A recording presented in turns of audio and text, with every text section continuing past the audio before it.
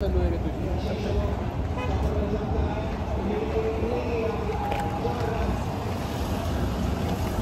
वगैरे पार्क करून देतात ते. अरे कुठे चालला हा बाबा.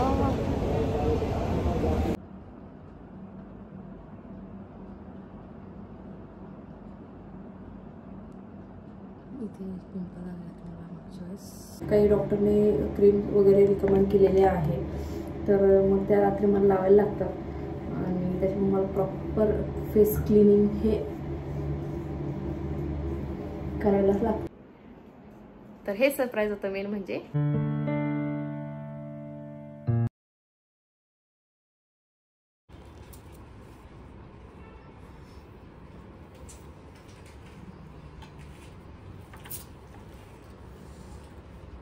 अरे आव्यास तुझा नाहीये हे माकड खाई बघ. तिथे गेल्यावर लक्षात मला चिकन थाळी वेगळं रसा स्पेशल त्याच्यामध्ये आपण विचारू ना तिथे गेल्यावर काहीतरी असं काहीतरी ऍडिशन असेल. उकड बिकड सुक बघू ना तिथे गेल्यावर विचारतो मी. एक आयटम एक्स्ट्रा असेल पप्पा. बरं मी चप्पल कुठली घालायची बघ. माझ्याकडे बघ कसं बघतोय. हा चप्पल घालू कशाला कशाला पप्पा आता आहे तर. बरं मी काय मला तुला काय माझे ते ब्राऊन शूज दे आहे ते लोफर्स तिथंच खाली. अरे हो एक मिनिट. फोन का महत्वाचं बोल. बापरे ते चमचा सेपरेट घेतो. प्लास्टिक वाला घेऊ का काय म्हणतो दोन्ही घेऊ. नाही नाही नाही एक स्टीलचाच घे फक्त छोटा. असं छोट्यामध्ये आहे बघ स्टीलचा. त्यांचे खूप मोठे असतात पप्पा. असं बारक एक चमचा असेल मग. हा बस चल टाक त्याच्यामध्ये. तुला उचकी का लागली रे अवेश. तुला उचकी का लागली रे बाळा. तिथे नाही आपण गेलो होतो तिथे वेगळं येते. आपण ना मॅप टाकूया आणि जाऊया. येस चप्पल घालायची मला अजून. कसं आहे चांगलं आहे. चल पिशवी घ्यायला लागेल बाबा.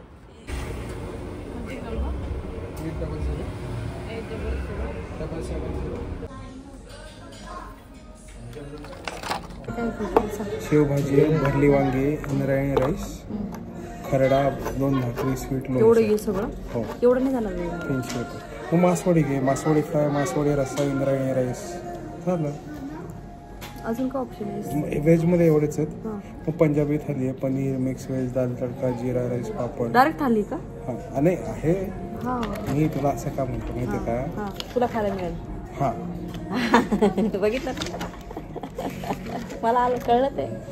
हे बघ चिकन थालीच घेऊ रे मी. हो हे बघ व्हेजमध्ये स्टार्टर आहेत. हां ह्याच्यामध्ये पनीर, पहाडी कबाब, पनीर मलाई कबाब, पनीरमध्ये 3च वेज, मग हरियाली पनीर टिक्का, लसूणी पनीर टिक्का. मग आणि दुसरं कुठलं अजून. एवढंच मग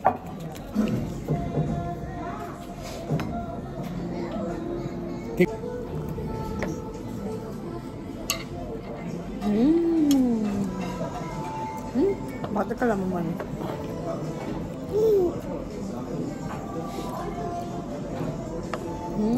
आत बघ आत काय त्याच्यामध्ये.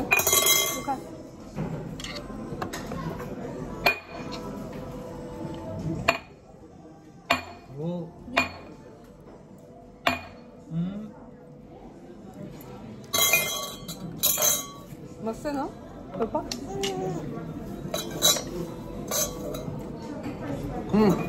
alright.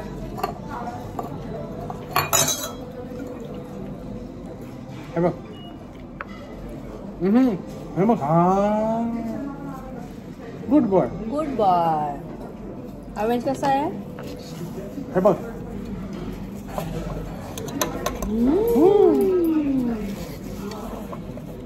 घे. आबा काय खातात ते बघायचं. थांब मी देते. हे बघ हे बघ इथंच हे सेम. हे बघ हे बघ. तर एक तुकडा दे. आणि तू पुढे मागे नको करू का. दाताला लागेल. 4K. आपण जे खायचं असतं ना कसं आहे.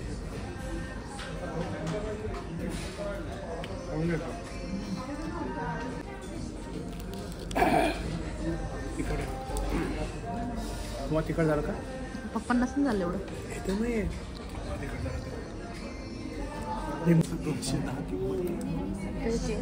सूपची जाते. जेवण कसं होतं?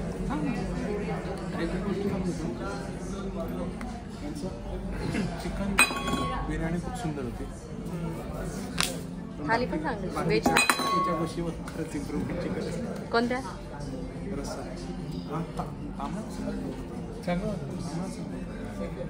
कुठलं रेस्टॉरंट आपलं हे विसरलं नाव. प्लस मायनस ओव्हरऑल खूप चांगलं. रस्सा रेस्टॉरंट ना? रस्सा रस्सा रेस्टॉरंट. काय रे बाबा, स्पीकर नाही येते.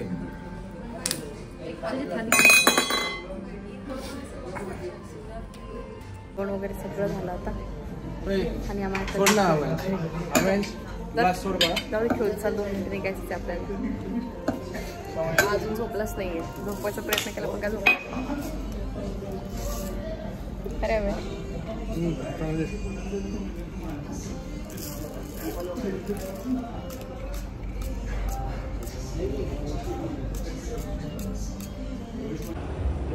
वरती बघते.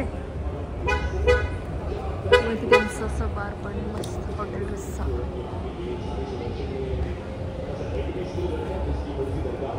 अच्छा मग हे चालू आहे. अरे मॅच चालू आहे वरती. अरे इथंच होती आपली गाडी. तर वरती बार वगैरे पण छान आहे. रेस्टॉरंट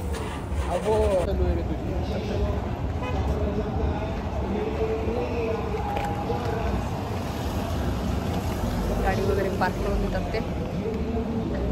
अरे कुठे चालला हा बाबा. पोचलो आत्ताच. तर ॲक्च्युली आजचं जे डिनर होतं ते होतं ॲनिव्हर्सरीचं डिनर डेट. तर हेच मला तुम्हाला सांगायचं होतं. तर आम्ही ॲक्च्युली ठरवलं होतं की विकेंडला नको जायला, विकडेजमध्ये जाऊ.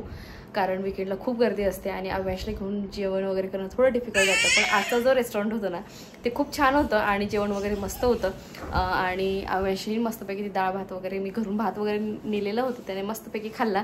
आणि आमचं अशी काहीसं ॲनिव्हर्सरीची डिनर डेट झाली फॅमिलीसोबत. आणि अव्याशचा आता 10:30 वाजले, त्याला झोपवते. उशीर होईल कारण मलाही बरंच आवरायचं आहे. तर हे सरप्राईज होतं मेन म्हणजे ॲनिव्हर्सरीचं की डिनर डेट. आणि वरूनला चिकन वगैरे आवडतं म्हणून पप्पांना त्यांना म्हणून ते चिकन वगैरे तिथं खायला गेलेले. आणि मी व्हेज खाल्लेलं. तर व्हेजमध्ये मासवडी रस्सा खरंच खूप सुंदर होता. आता चांगला खेळत होता. मी आल्यानंतर गडबड केली ना याने. कशाला आली तू? अरे आवडतं का लवकर? हो हो. तू का जिम्नॅस्टिक करतो यार? तू का जिम्नॅस्टिक करतो?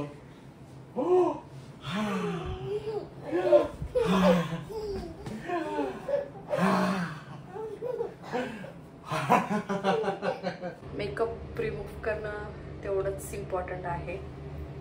तर मेकअप रिमूव्ह करायचं पण माझा वॉटर मला मिळत नाही. तर मग आता मला मॉइश्चरायझरनीच काम चालवून घ्यावं लागेल. आणि मी किती लेट झालं कुठूनही जरी आली ना तर काय करते, मेकअप रिमूव्ह हा कंपल्सरी करतेच. कारण आपण चेहऱ्यावरती जो काही मेकअप लावतो तो साधा पाण्याने जरी वॉश केला तरी त्याचा उपयोग नाही आहे. प्रॉपर सगळे गोष्टी निघायला पाहिजेत. म्हणून मग तिला प्रॉपर रिमूव्ह करणं गरजेचं आहे.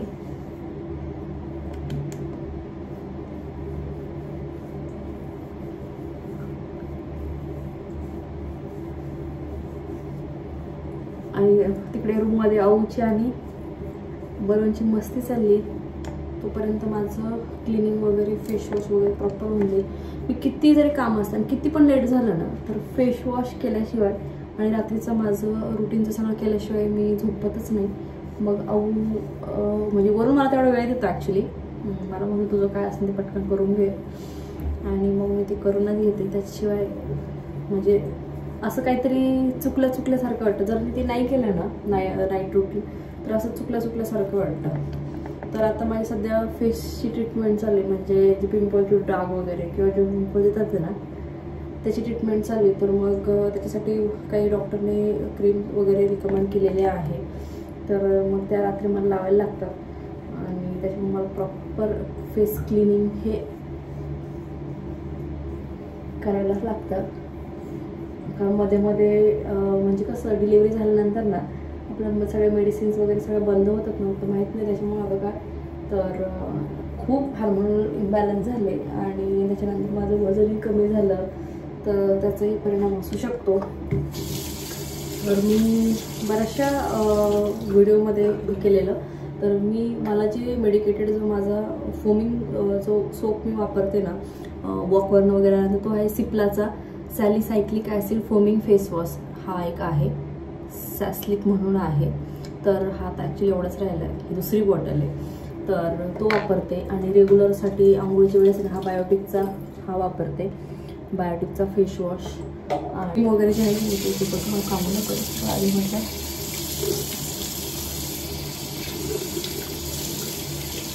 तर मी आता जर नॉर्मली मेकअप वगैरे रिमूव्ह केलं ना, मेकअप वगैरे असेल तर हाच मेन रेग्युलरवाला बायोटिक जो आणि जेल फेस वॉश आहे तो वापरला.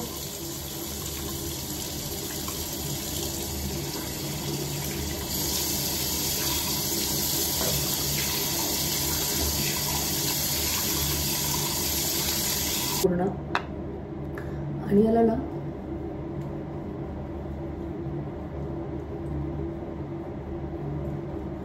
एक 2 मिनिटं फक्त फेसवरती ठेवायचं तसंच.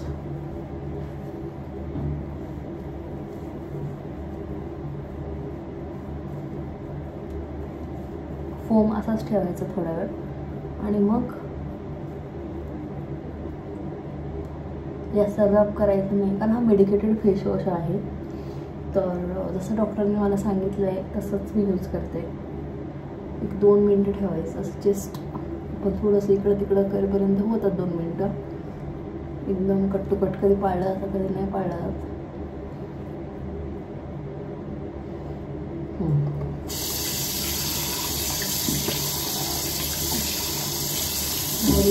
सगळं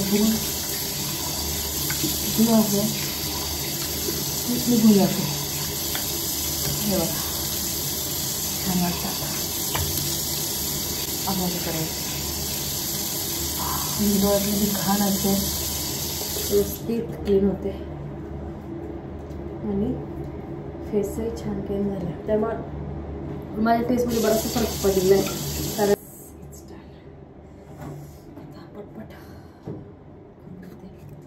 फेस वॉश वगैरे छान झाला.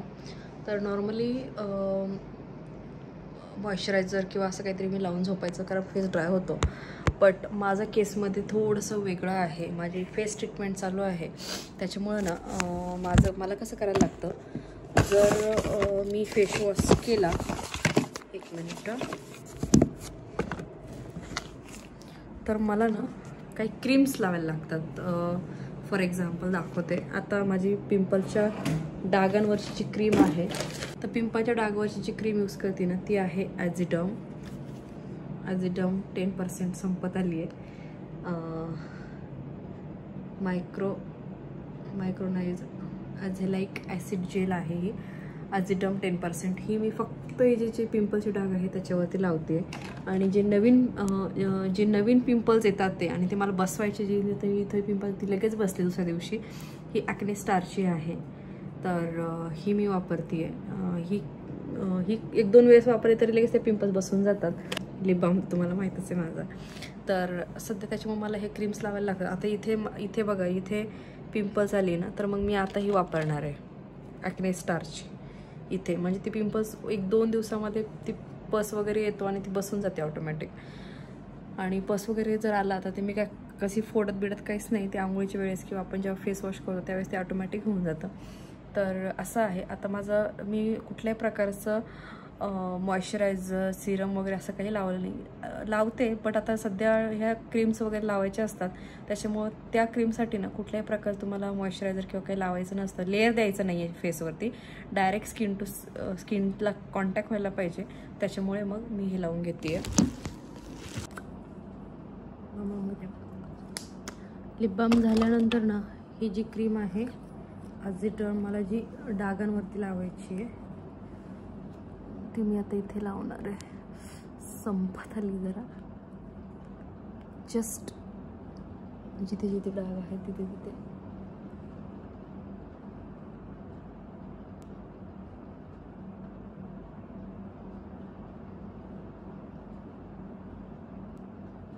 इथे पिंपल लागला मला मागच्या वेळेस.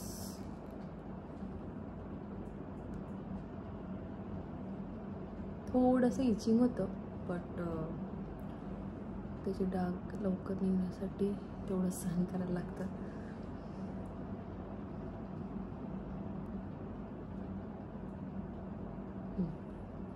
डन. तर असं आहे माझं स्किन रुटीन नाईटचं. तर जसं जसं म्हणजे चेंजेस होतात तसं तसं ते रुटीनमध्ये चेंज होतात. म्हणजे काही पिंपल्स वगैरे काही डाग झाले त्या हिशोबाने मग मी करत असते. तर केस वगैरे मस्त छान लूज वगैरेच बांधते, असं मोकळे वगैरे ठेवत नाही. कारण मोकळे ठेवले ना की मला झोप पण येत नाही आणि अऊ असतो जवळ आणि तो सारखं फील्डला वगैरे येत असतो. त्याच्यामुळे ते सारखं सारखं गरम पण होतं. आता तर उन्हाळा पण आहे, त्याच्यामुळे मी एवढे तरी लूज असे टाय करते. आणि रात्रीच्या वेळेस केस वगैरे जर विंचरायचं म्हणाल तुम्ही तर इतकं काय तसं करत नाही. काहीतरी विंचरते तसे मी असं हात फिरवलं तरी माझे केस विंचरले जातात. कारण आता हाईटही कमी केली बरीचशी आणि हेअरकट केल्यामुळे अजून हलकं हलकं वाटतं आहे. सो चलो, हा ब्लॉग मी इथेच एंड करते आहे. भेटू आपण नेक्स्ट ब्लॉगमध्ये. तोपर्यंत बाय बाय.